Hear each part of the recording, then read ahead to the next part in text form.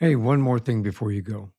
Christmas is all about family and friends, traditions, food, music, dance, presents, and so much more. As I promised, this week is all about Christmas.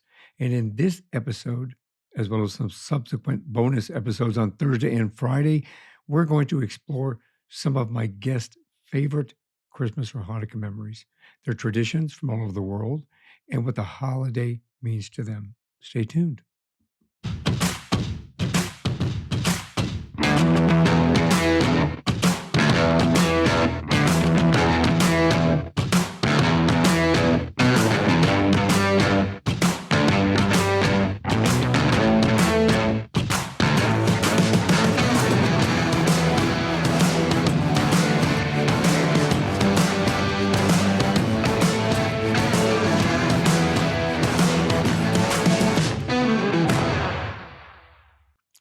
In this first holiday episode, we have a conversation with three unique individuals. Alan C. Paul, a musician, author, and a podcaster from the Sunshine State of Florida who enjoys discussing culture, family, and purpose.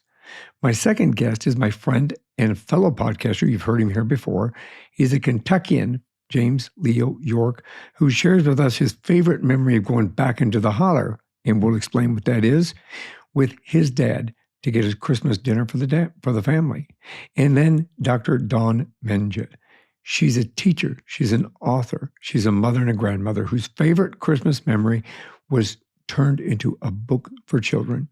So stay tuned. Stick with us through the rest of this week because I'm going to share with you me and my wife's favorite Christmas memories, as well as a little bit of history about Christmas, origins, where it comes from, how it got to where it is today. Hope you enjoy these conversations as much as I did. Hey, welcome to One More Thing Before You Go in this special episode this week of Christmas and Hanukkah celebrations and everything holiday. We've got a unique guest here, Alan C. Paul. He's a musician. He's an author. He's a podcaster. He enjoys discussing culture and family and purpose. He helps creatives to master their mindsets so they can impact the world. And that's like a wonderful thing. And today we're going to talk about Christmas memories and Christmas, everything, Christmas sharing, Christmas happy, Christmas love, Christmas. Absolutely. Can't get enough of it. So welcome to the show. Thank you so much, Michael. Thank you for inviting me, and it's a pleasure to be here. Well, let's talk about, everybody's got their favorite Christmas memory. I can remember some way back when. I've got a few that unfortunately, I've got several really good ones and several really bad ones, but the good ones always stick out in my mind. And let's talk about yours. You have a favorite Christmas memory?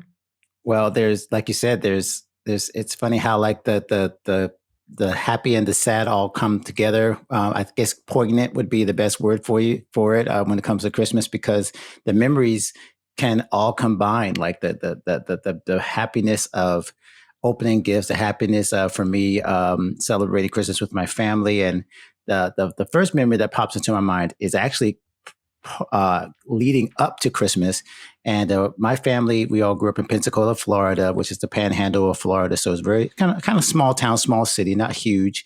So everybody knows everybody. And, we have I have two brothers and one sister, my mother and my father. Very, very basic Clamp family unit growing up. My father's a dentist, my mom a piano teacher, and also helped my dad in his dental practice. So, and my brothers and sisters all range right around, ages from, I guess we're about 5 to 7 years apart. So I'm the oldest. So what we would do at Christmas is that we would always gather around the piano in the living room. My mom, as I said, was a teacher and a pianist, and I'm a pianist as well. So my father would open up the Bible and read a Christmas story, Luke chapter 2. And we'd have this little Advent wreath. And that's why I mentioned coming up to Christmas, we'd have this Advent wreath. And so in Advent, you'd light one of these candles each week, and there'd be like this little story to go along, or devotional with the Advent calendar. And then we would finally get to the end of the day. We would go read the Christmas story. And then we would have my mom, we would sing a couple of Christmas carols and things like that. And just choosing who would read the story. I remember maybe the first time I got to read the story, I thought I had like graduated. You could have thought I was president because I got a chance to read the story. And I think that memory of just the tradition of being with my family, singing the 2 songs, singing the 3 songs, always somebody interrupting, the dog almost knocking over the wreath. There's always something that happened that like tried to throw off the tradition. But the fact that we kept it going pretty much even through Zoom for the last like 20 years, that memory sticks out, number one. Now, I have some other ones that are probably less fun that I had already, but that's the good one. There's others where things didn't go so well. Yeah, that's amazing. Family, I think, of course, especially the last couple of years, I think family is really important with regard to the unfortunate last 2 years, I should say, because there's been a lot of people that have lost family members and so forth. And as everybody knows with this particular podcast, we talk about that in various forms, and the fact that, you always have one more thing that you can say to somebody, or one more thing that you can do for somebody. And holidays are tough when somebody's gone. And whether it be unexpectedly or be expected, I've lost people both directions, unexpectedly as well as through disease or through cancer or something. So it was always kind of an expected journey. We'll call it a journey. So, how important do you think it is for people to spend family, Christmas with family? Oh, it's incredibly important, especially as you're saying. And I think that the addendum to that story is where I'm at now. Now I live down here in Miami, Florida. My parents and my brother and sister now live still in Pensacola, which is 660 miles away. Florida's a big state. It takes me 10 hours to drive if I'm going to drive it. So we have not had that Christmas together. And as you mentioned, COVID and all the other reasons. So the tradition I just mentioned has not happened. And my mother has overcome and is still dealing with leukemia. My father, diabetic. And so now as they gotten older, and I've said this, actually, I finally got a chance after COVID to visit my father for his 75th birthday this past October. And that was my one chance to get up there. I knew I wouldn't get to get up this Christmas because that tradition I just mentioned has kind of died away. I have had some family situations happening where we are not as close.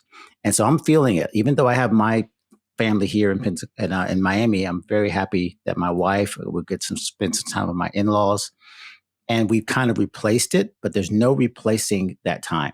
There's no replacing that my father and my mother, who have given so much for me, kind of are in a place where they're not going to have the same closeness with their kids. Right. That hurts. It's tough for me. Being very, very transparent, like I almost feel like I've kind of failed in a sense when I come to this time of year because I can't reproduce that memory that I just described to you.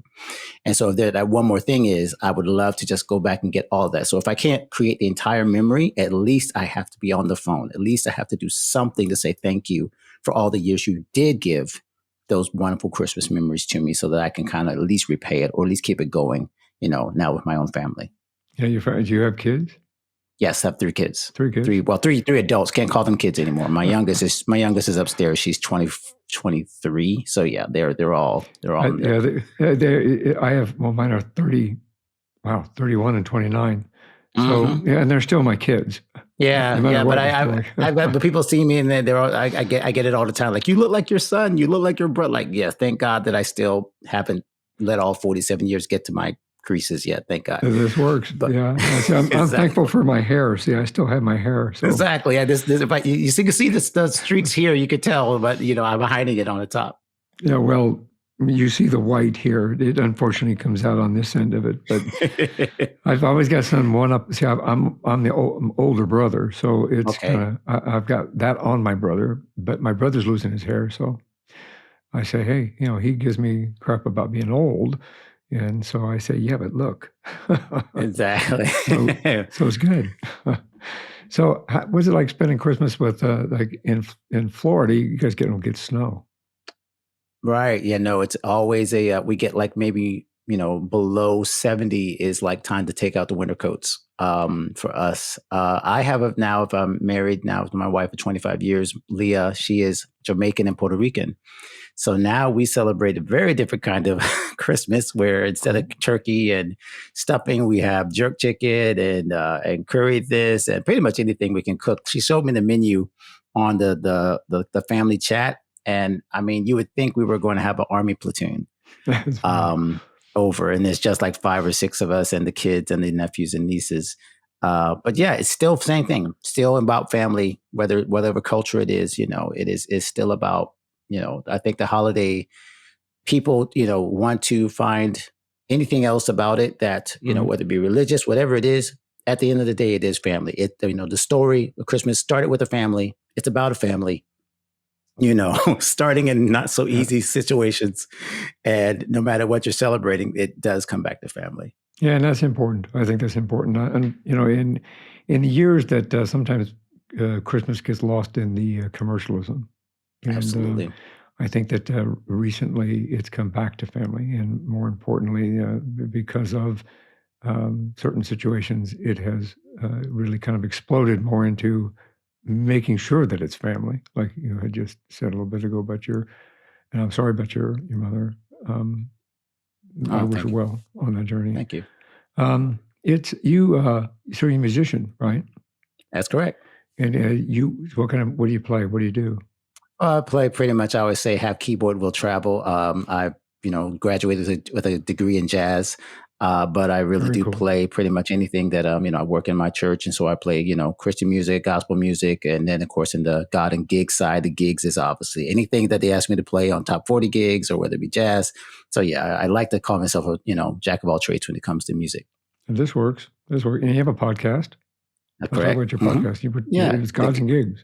God and gigs. Yeah. Thank you so much for letting me talk about it a little bit. And that kind of like, what I just discussed in a very microcosm between, my mother teaching me the piano and then growing up and starting to get my feet into the church and ministry and stuff like that. And then, of course, the whole time being a musician, I just realized these three worlds, trying to keep your family together, keeping an idea of your faith and your foundation, and then being business minded, being able to make money in this industry can drive you crazy. And so the God and Gig Show connects those dots between the spiritual and the practical for creatives. And we really just covered again, anything regarding relationships, family, business. That is what I do. It's been the last 5 years. It's been a blessing to be a part of that podcast. And you can find it on any podcast network. That's outstanding. So what are you going to do? What do you guys have planned for this Christmas? I mean, obviously there's a huge menu involved. The huge menu. Yeah, right now, actually, I get ready to go head out to a Christmas show tonight. We're doing 3 Christmas shows in a row. That's the busy part. That's the job part. So it is always where it's getting ready for all the parties and things like that. And then next week, like I said, we'll have our Jamaican our multicultural Christmas, I guess, where we'll go to my mother-in-law's in West Palm. Also someone that she's overcome a lot of illnesses and big struggles this year, had a big accident with a situation with burns and things. And it's how do we survive 2021 on top of 2020? We're going to celebrate all that, eat a lot of food, open our Secret Santa gifts, which we've done. My sister-in-law is in charge of Secret Santa. I'm late, by the way. My wife is helping me get my Secret Santa gift together. I am so bad about that. I won't tell. Well, we just told everybody, but yeah, sorry, Andre.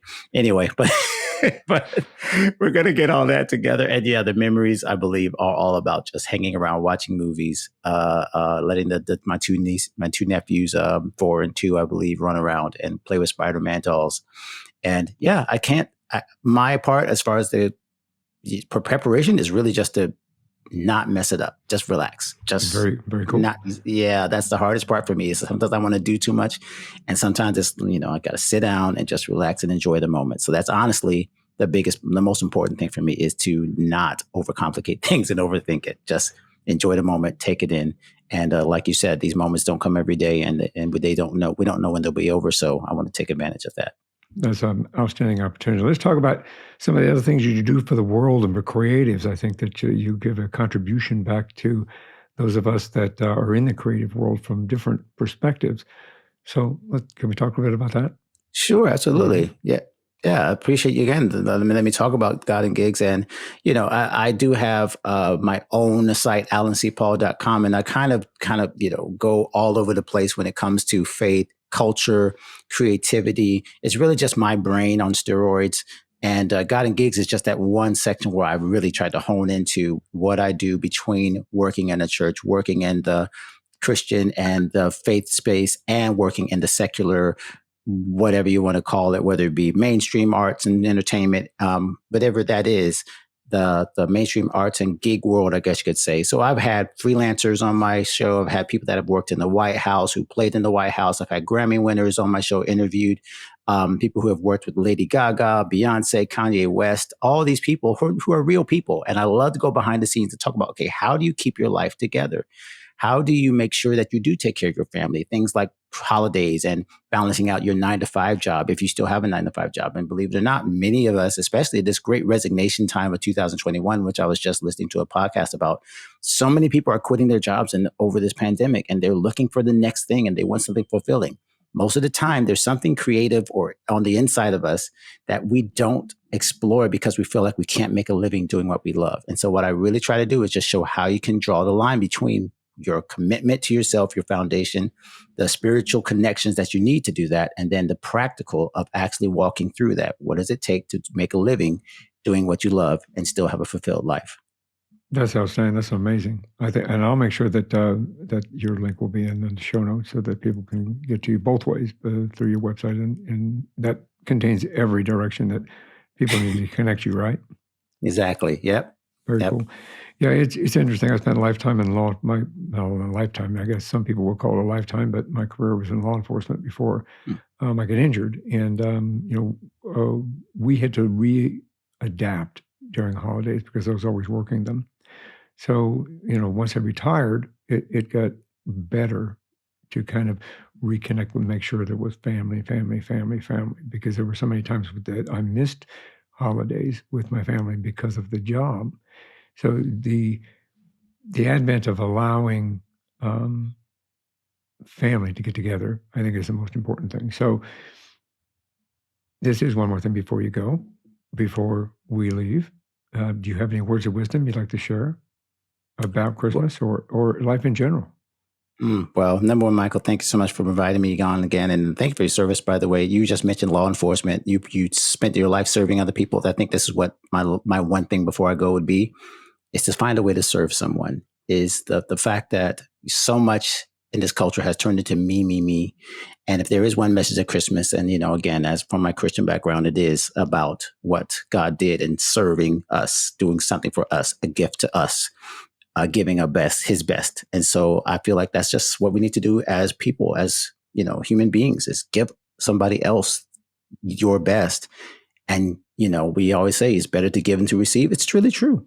It just is. And you'll feel better, and you get some of those blues that might come on you at Christmas. Go serve somebody else. You'll actually feel that sense of heaviness lifting if you just go and just try to make it about somebody else for a moment. And I think that will help all of us as we go through this season. Amazing words of wisdom. Amazing way to go. Thank you very much for joining me here, Alan. I really appreciate it. It's been a pleasure to get to know you.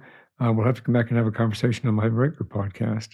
I wish you a very Merry Christmas, a very healthy, happy, and prosperous New Year. Absolutely. Same to you, Michael. Thank you for having me. Merry Christmas. Happy New Year.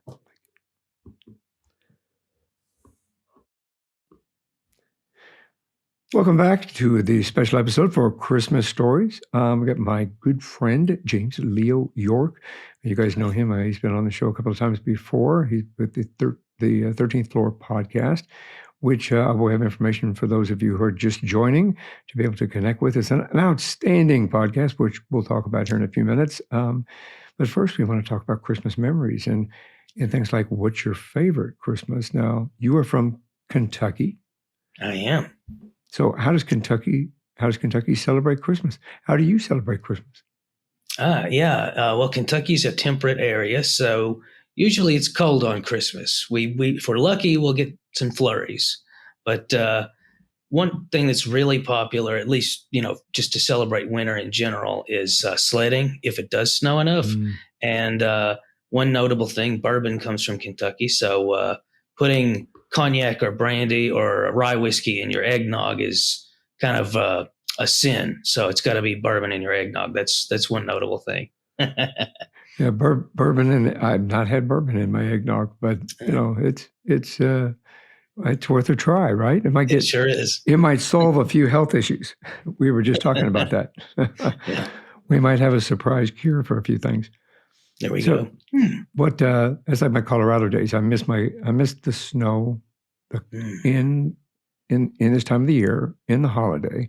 I miss the snow on the trees and the mountains and stuff, because being down here in Arizona, we really don't see it. And if we want to see it, we have to drive like 150 miles up, and I really don't want to do that. But I miss my Christmas snows. Yeah. Slim with the kids. What's your favorite Christmas memory, Jay? One thing I remember was one thing about southeastern Kentucky that's a little different from the rest of the state is you have these haulers, and in these haulers, there are people who are really good at aging ham. I mean, they have their own pigs. They feed them whatever's laying around. They'll eat chestnuts off the ground, acorns off the ground, poplar blossoms in the spring. So really good pigs, and they'll age them on their own. You know, they'll butcher them and hang them up with tons of coarse salt in really cold weather, which winter's perfect for that. And I remember going into one of those haulers with my dad, and the guy's related to me, although it's so distant that I can't think of the proper term for it. I guess third or fourth cousin. And this fella, I mean, he had got this ham that was just. I've never had Iberian ham. I know it's a very expensive thing, and ham is very popular at Christmas in Kentucky. And this was just, it was snowing. We were in the holler, got this great big ham, took it home, cut off the rotten portion because it was dry aged, and talk about good. And there was just something uniquely Christmassy about the experience and Kentucky about the experience. That's pretty unique, actually. Especially that now, when you say, I'm gonna help educate our audience. When you say the holler, what is a holler? Oh yeah, it's so funny. It's a word that I've used my whole life, and it's so you have these mountains. The Appalachian Mountains are some of the oldest mountains in the world, and as a result, the older a mountain is, the more weathered it gets. They erode, and so these mountains are not big and tall and rocky so much as they're covered in trees and soil. So they're difficult to navigate. The railroads don't really go through them, and up until the later quarter of the 20th century, there weren't a lot of paved roads. And even now, you go to some of these places, and pretty much what it is, it's an area that's mountainous where you can't really effectively put roads. So instead, you have gravel roads or dirt roads, even more often, that are just very treacherous to navigate. And as a result, you have these communities that are somewhat isolated from the rest of the world. And as a result, there's a unique cultural component, not unlike, and it's often compared to islands, because mountains are a lot like islands in the sense that unique things happen because they're cut off. Well, that's pretty unique. That is pretty cool, actually. One example is some of these haulers, you go there and there's people who immigrated there, literally walked into those haulers because, again, pre-car trains weren't effective. They immigrated there like 400 years ago, and they still kind of sort of sound like English people did 400 years ago. They actually sound more like Shakespeare than modern Brits. So that's what I mean when I say isolated. Wow, that's pretty cool, actually. That'd be kind of fun to have a podcast. Talk to them on a podcast. Yeah, no, very. Just that's to kind of show that cultural aspect of it, especially continuing with the accents and things. That's pretty neat. That's pretty cool. Didn't experience any of those. I mean, as you know, I grew up in the mountains of Colorado, and we have mountains. I mean, obviously there's some thick forest and stuff like that, but nothing like what you just described. So I think I'm going to explore that maybe one of these days. I want to get to your neck of the woods one of these days, just because we want to see Tennessee, we want to see Kentucky. I've got some relatives that still live in Tennessee. I used to have relatives that lived in Kentucky on my grandparents' side. You guys have a county there called Trigg County. And it's named after my great grandfather. Oh, neat. Really cool. Something like that, yeah. So eventually, I might be able to come see you. Yeah. Well, one thing on our to-do list then is to get some like real country ham then. From a holler. In a holler, yeah. So Christmas, what are some of the Christmas traditions that usually take place? Like singing, dancing, decorations, trees, everything, kind of stuff like that. The general American stuff, Christmas carols, eggnog, ham, turkey, decorated Christmas trees, things of that sort. One thing that I think is kind of, I've heard of other people doing this. I've even heard of it in a film, but gifts, you're not supposed to give a knife as a gift, but knives are very popular as gifts in Kentucky. So the logic there is that if you give a knife as a gift, you will cut the relationship you have with the person you give the gift to. It's like a cursed thing to Right. do. So what you have to do if you give somebody a knife as a gift for Christmas is they have to give you at least a penny. So they're really buying their gift in order to prevent that bad luck. So that's kind of a novel aspect of the gift giving tradition, I guess. Yeah, that's pretty. Yeah, my grandfather did that to me. Gave me a knife for Cool. Christmas, then he said, "I need a Made you penny." give him. I said, "What do That's you want a awesome. penny for?" He said, "Just give me the penny." Right. Yeah. So, yeah, that's pretty Uh, slick. Yeah, oh, that's cool. we have kind of changed our Christmas traditions here, moving from Colorado to Arizona, because obviously where we are, we don't get snow. Sure. We do get cold, but we don't get any snow. So we've got palm trees in the backyard, and we're decorating it. But Santa will visit the palm trees just as easy as he'll visit the pine trees, right? There you go. Exactly. That's kind of fun. Tell me a little bit about your podcast so we can help people kind of understand. Oh, sure. Yeah. Well, the 13th Floor is a podcast that sort of focuses on supernatural things, cryptids, conspiracies. And one thing that's unique about it is we take a more lighthearted take on it. It's I don't know if I would call it a comedy podcast, but it's at the very least, it's very close, even though we talk about conspiracies and things that we are often rather serious about. Well, that's cool. And it's on every platform. It sure is. Yeah. Correct. Whatever you listen to, you can find it. Now, I put the website on the scroll across the time that you were you. talking, but can you say that for us out loud? Sure. It's 13thfloorpodcast.com. What's your next episode coming up? Is it Christmas related, or is it scary Christmas? It is. We're actually talking about Christmas related stuff. And by sheer coincidence, we didn't talk about anything I think that was really all that creepy this time. So Really? It's more positive. Yeah. You could have done a Scrooge type episode, with the Christmas, past, forward, or future, and put a new twist on it. Last year I talked about kind of like the Wild Hunt and Odin and all that and its connection to Christmas, and it was a lot spookier. I don't know about that. I'm gonna have to explore that. We may have to talk when this gets done. Sounds good. But yeah, listen. I want to thank you very much for taking this few minutes to talk to us about your favorite Christmas memories. I think that you just added a very unique perspective, and people should go visit Kentucky and see what it's like to spend Christmas in Kentucky. Thanks. Thanks so much. Thanks for having me. Thank you.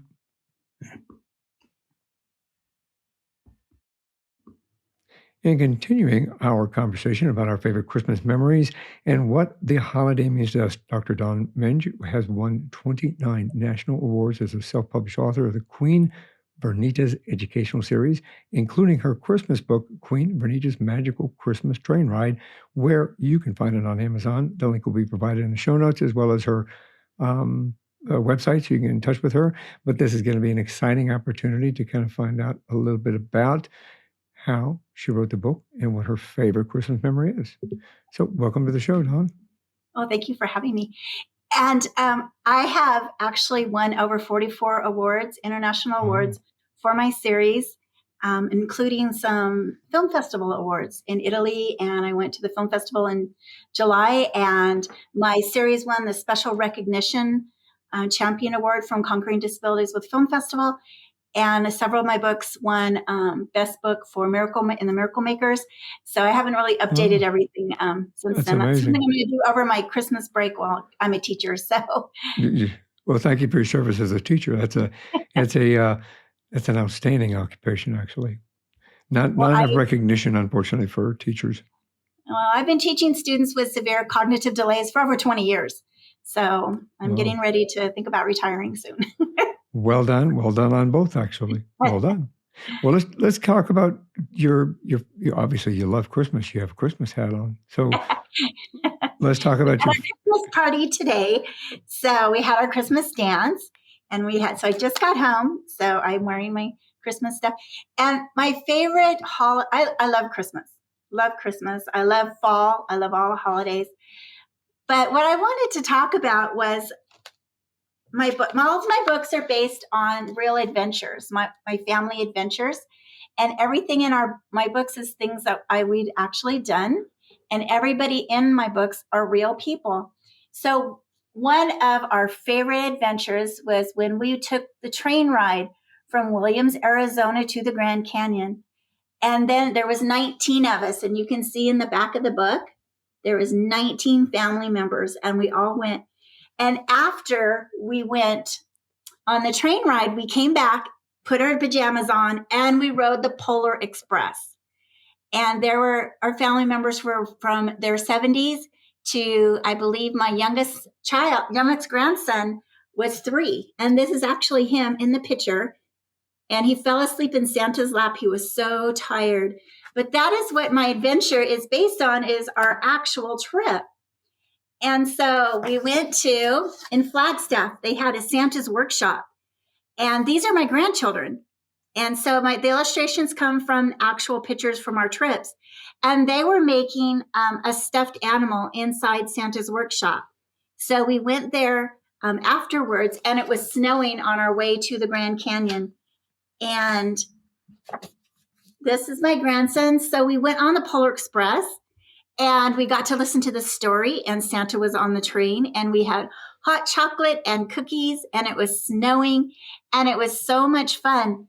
And then afterwards, my grandson, he was just so tired, he fell asleep in Santa's lap. So that's what Queen Bernita's Magical Christmas Train Ride is all about. And that is one of our most favorite memories of the holidays. That's amazing, actually, because you said that I want to put you here really quick so we can touch on your book. Your favorite memory was here in Arizona. You don't live in Arizona. You live in a different state. California. Yeah. Right. So you got to come from there to here, and it snowed, which is rare here in Arizona. I almost said Colorado because I'm from Colorado. It snows a lot in Colorado. It snows a lot in Colorado. Trust me. That's why I moved to Arizona. I said, let's put a shovel on the car. And when somebody said, what is that? That's where we stop, right? Well, actually, it was snowing. This is my grandson, and he's looking out the window of the train. And my granddaughter was also looking out the window, and she actually was able to make a face. So that it was cold, and it was snowing when we went to the Grand Canyon. But I actually grew up in the mountains in Southern California. And so that's where I live now. And it snowed this week. That's what we do. It snowed a bunch this week. Yeah. Oh, next week it's supposed to snow for 3 days. So I'll be off, and I'll probably be snowed in, just watching TV and relaxing. But yeah, I grew up skiing. So we would go skiing on Christmas Day, because it's only like 2 miles from our house, with my dad and everybody. So I have a lot of really great memories of being in the mountains, and it's snowing, getting snowed in. So what does a holiday mean to you? What does Christmas mean to you? Is it family? Is it gifts? Is it spiritual? What does it mean to you? It's family. It's being together. We usually go somewhere for, during the holidays, like we traveled here. We've been to Hawaii, and we spent a lot of time together. And for me, it's just being together, and we like to make our own gifts. So if we don't make our own gifts, then my gift to I have 3 children, and I have 6 grandchildren.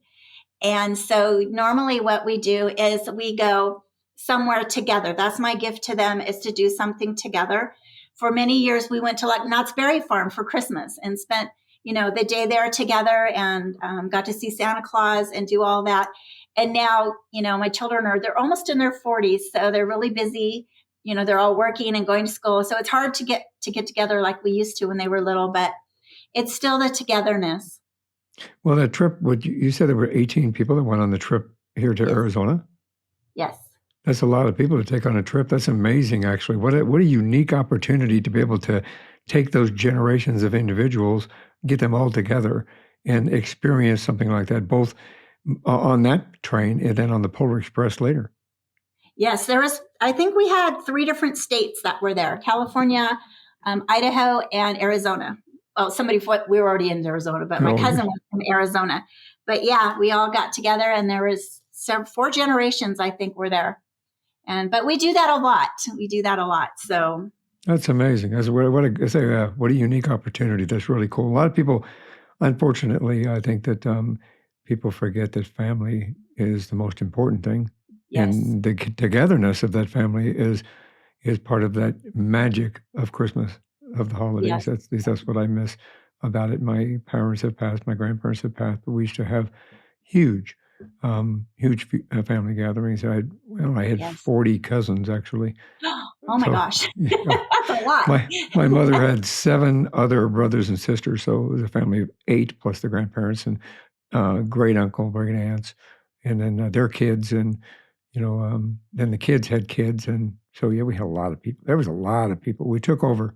We just took over. Yeah, that's kind of what we do too. But it's good. It works. Yes. It works. It works. So if you were to, this is one more thing before you go, and I like to kind of leave people with a really good message from life experiences. What would you say?